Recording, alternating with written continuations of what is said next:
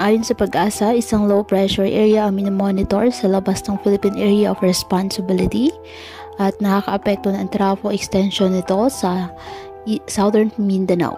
Sa ngayon, mababa pa ang tsansa na nasabing LPA na maging bagyo sa loob po ng 24 oras at patuloy pa rin natin ito na imomonitor.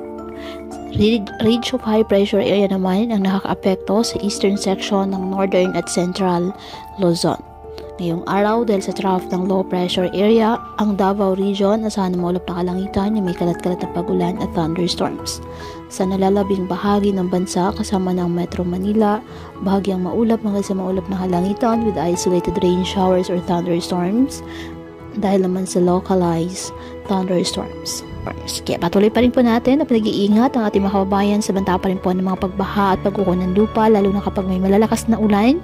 At ugaliin na magdala palagi ng payong o kahit anong pananggas sa ulan o di kayo po ay sa init ng araw kapag lalabas ng ating mga tahanan. At yan po muna ang update sa lagay ng panahon ngayong araw. Muli patuloy po tayo na mag-ingat at palaging tandaan, God loves you. Stay safe and God bless.